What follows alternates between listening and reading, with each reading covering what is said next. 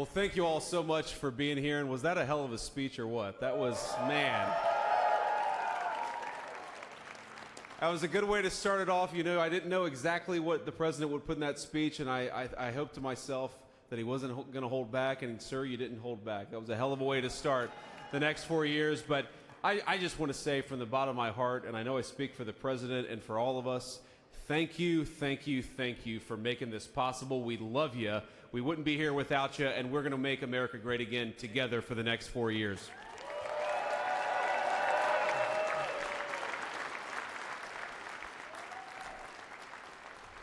And the last thing I'll say is, you know, having stood outside for about 5 minutes to wave goodbye to the Bidens, thank God we moved that thing indoors because it was a beautiful ceremony and it was cold as hell outside. So, sir, the 45th and 47th President of the United States, Donald J. Trump.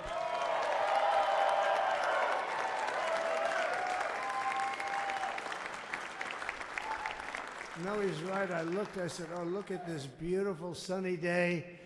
We blew it, and then I went outside and we were freezing. You would have been very unhappy. The sun was very deceptive, I will tell you. It is cold out. And I'm sort of saying, you know, that was so beautiful today. Maybe they should do it there every 4 years. Does that make sense? I don't know. Because, you know, the outdoor thing is really good, but it gets a little cold around this time of the year, as some people have noticed. And a lot of times they suffer through it.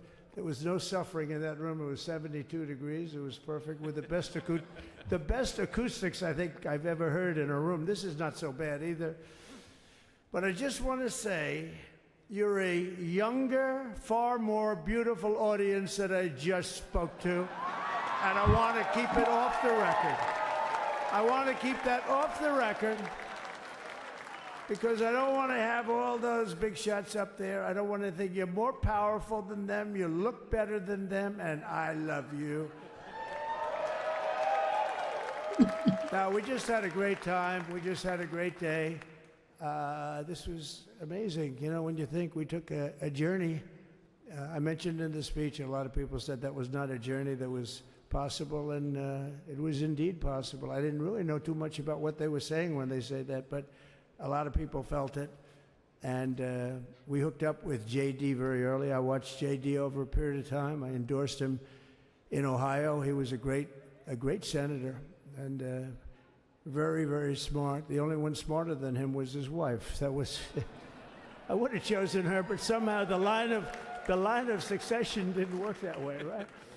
But now she's great, and he's great. This is a great, beautiful couple, and unbelievable career. I just said to him, you are very upwardly mobile, because he hasn't been doing it that long, but he picked it up so quickly. Remember, the first week was a little bit like the fake news was hitting him really hard. And I said, ooh, this may be tough, but after that, it was smooth sailing for him. He took on everybody. He took on the meanest. I don't want to use the word corrupt because we're into a new system, so let's wait till the corruption begins, because it will. But he took on some pretty mean people, and he handled it well. I want to also congratulate Mike Johnson for the job that he's doing.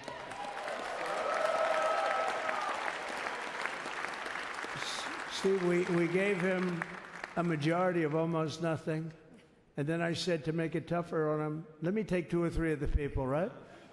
I said he'll only have to suffer with that for about 3 months. How are they doing, by the way? Are they? Is that moving along? Totally unified. I said, do you mind if I take this one, that one, and a couple of others? He didn't mind. He can handle it. No, he's a man that's liked by everybody. I've never met a man like this. You've got how many is it, 219 or 220 or something? 220. And of the 220, 219 really like him. I noticed he got 1 negative vote once about 2 weeks ago. But I think even 220 like him, if you want to know the truth. And that's very unusual. I know a lot of nice guys in Congress, and they have 35 people that hate him. So if you have 35 people that hate you and you only have 1 or 2 or 3 votes, you'll have 5, I think. But that's going to be like, you know, the good news is when we get to that 5 number, it's going to feel like a massive majority. You could be really nasty to a couple of them at least, you know?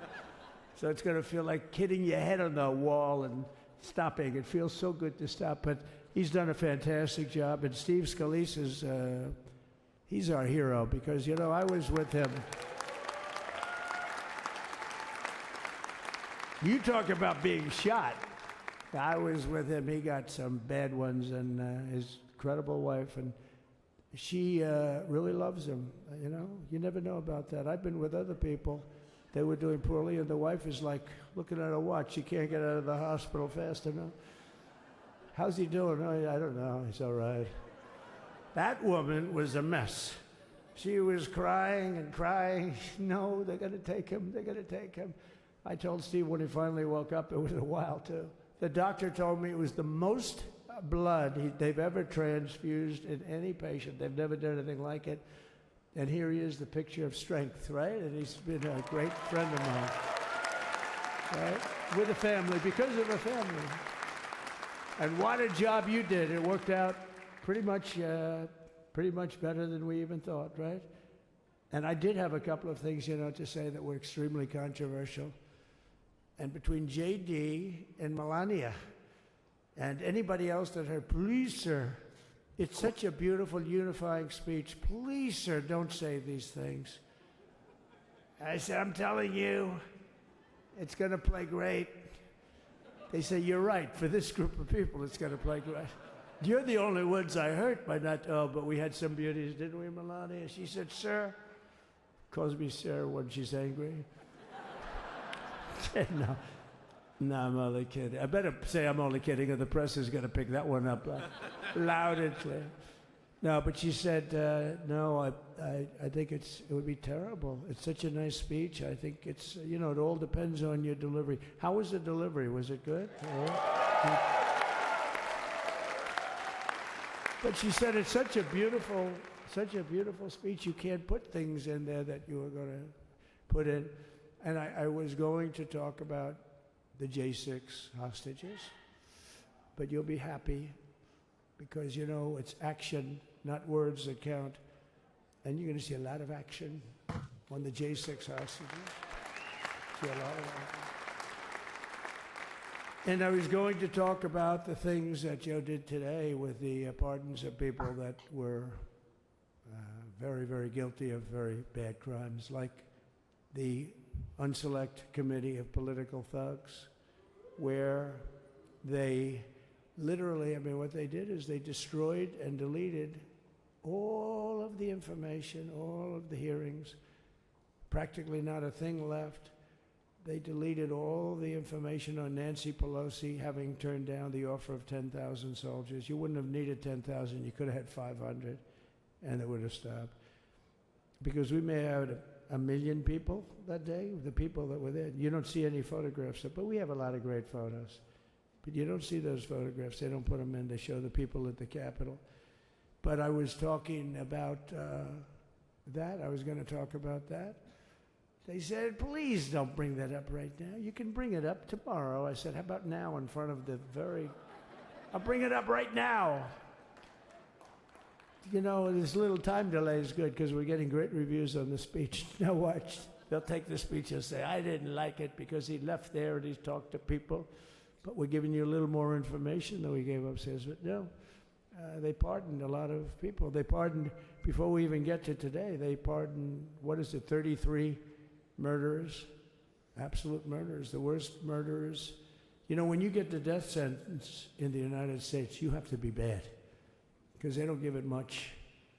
And he pardoned almost everybody having a death sentence. And if you went through the crimes that were committed, you wouldn't even believe them, the level of violence, the people that were killed, the innocence of people that were killed, and children killed by these people. And he pardoned them for whatever reason. He spared them, but they didn't spare the people that they killed. And, who knows what happens in the future. It's one of the worst because a lot of times they let them out early after that. They say you're going to be in for life, but then all of a sudden they get let out for good behavior, and then they go on a rampage. It's one of those little things, right? But I was going to talk about that. But I was really going to talk about the level of, what's going on. Why are we doing this? Why are we trying to help a guy like Milley? Why are we doing Milley? He was pardoned. What he said, terrible what he said. Why are we helping some of the people? Why are we helping Liz Cheney? Liz Cheney is a disaster. She's a crying lunatic and crying crying Adam Kinzinger. He's a super crying. I never saw the guy not crying. He's always crying. I looked at him. I remember years ago he was actually on my side. And then one day, you know, when you don't want to kill people in wars, they turn against you. Liz Cheney hated the concept of not going to war with everybody. Let's kill everybody. Let's spend a lot of money on military equipment, you know, where her father works, right? And but what she did was incredible. Think of it. They destroyed and deleted all of that information that went on for almost 2 years against Trump. And the reason they did, because it was all false. Like the person that said, I tried to strangle a Secret Service agent. That's one of the toughest human beings I think I've ever seen. I actually had a friend saying, please don't change that, sir. You are the coolest sucker in history. Remember, she said, I put my hands around his neck because he wouldn't go to the Capitol. Made up fiction. And I was rebuffed. And the guy on the right is a massive weightlifter, probably stronger than me. Do you think he's stronger than me, honey? You know who I'm talking. Possibly stronger than me. Slightly younger than me, like, I won't say how many years because I don't want to talk about that, but a lot of years. But I had a friend that said, why are you disputing that story? That's the coolest story I've ever heard. That I would attack a karate champion, get slightly rebuffed, and then throw my arms around a guy with a neck about this big. Even though there are bars, you know, there are bars, you can't really do that anyway. So I wanted to talk about that. But all of that stuff got deleted. And the reason it got deleted is they were all caught in lies. You know, Secret Service testified, and they said it didn't happen. Actually, the two guys were very embarrassed. They're suffering because their friends are saying, did Trump really do that to you? But they gained a whole new respect for me. But it was just make-believe stuff, and there were a lot of make-believe stories made up.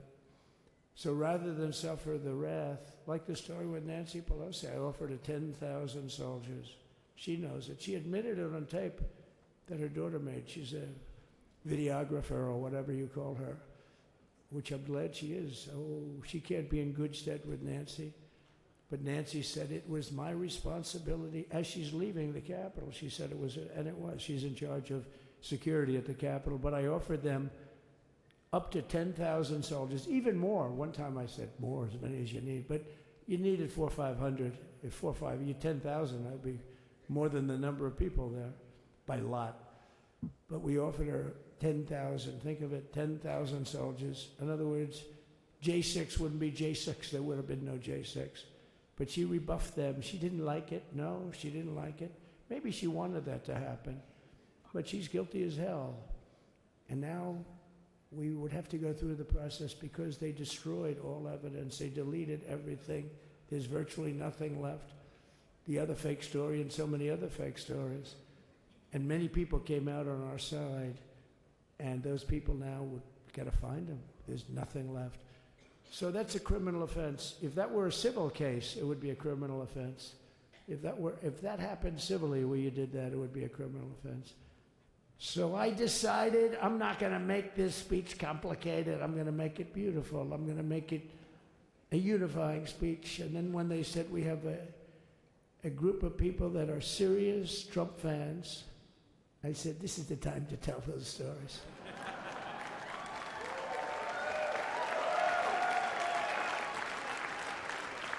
He knows. So anyway, but seriously, I'd like to, I think it was a tremendous success. I think we're very lucky we put it inside because it is really cold. We just went to the helicopter out of respect to something that's taken place for a long time. I guess it's as old as helicopters. You used to get into a stagecoach, now you get into a helicopter. Times change. But it's pretty old custom. And it's a beautiful custom, actually. It's a beautiful custom. I wish we could have had a better relationship. I wish we could have had a better relationship between Republicans and Democrats. I was with Senator Schumer. I said, Chuck, I think it's time we all start getting along a little bit because it doesn't make sense. I mean, we literally never get a Democrat vote. They never get a Republican vote, almost. And although there is a bill coming up very shortly that we have a lot of Democrat votes, right? That's going to be a very beautiful bill. We're going to have a signing, I would say, within a week or so, I think. And it's going to be a very good bill. You all know what I'm talking about. So, Just as I've said, how the laws we enacted our seasons are going to grow and bloom for days to come, I say that to you as well. I have no doubt you'll make this experience and take in the friendships you made to continue to do amazing things in the decades to come. That's why I see a future, all of it leading the way by you all.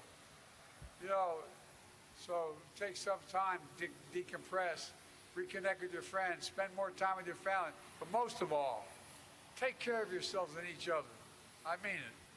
Let me close where I began, with my sincere gratitude. And I really mean it from the bottom of my heart. I've been doing this for 50 years. You're the best group of people. Hard to say. It's been the honor of my life to serve as your president. And I tell you what, the greater honor is being able to serve with all of you. You're incredible. You really are. You really are. Mark my words. History's going to judge what you've done as one of the most significant contributions that's been made by all of America. Look, folks, you know, let me close with that poem you heard me quote before. Seamus Heaney wrote, "Once in a lifetime, the longed-for tidal wave of justice will rise up in hope of mystery rhyme. You made it rhyme louder than it's rhymed in a long time." I really mean it. We're on the cusp of real change, so let's make hope and history rhyme. I love you all. I'm keeping you too long, but thank you, thank you, thank you, thank you, thank you. Bottom of our heart, thank you. Thank you. Can I go off this way?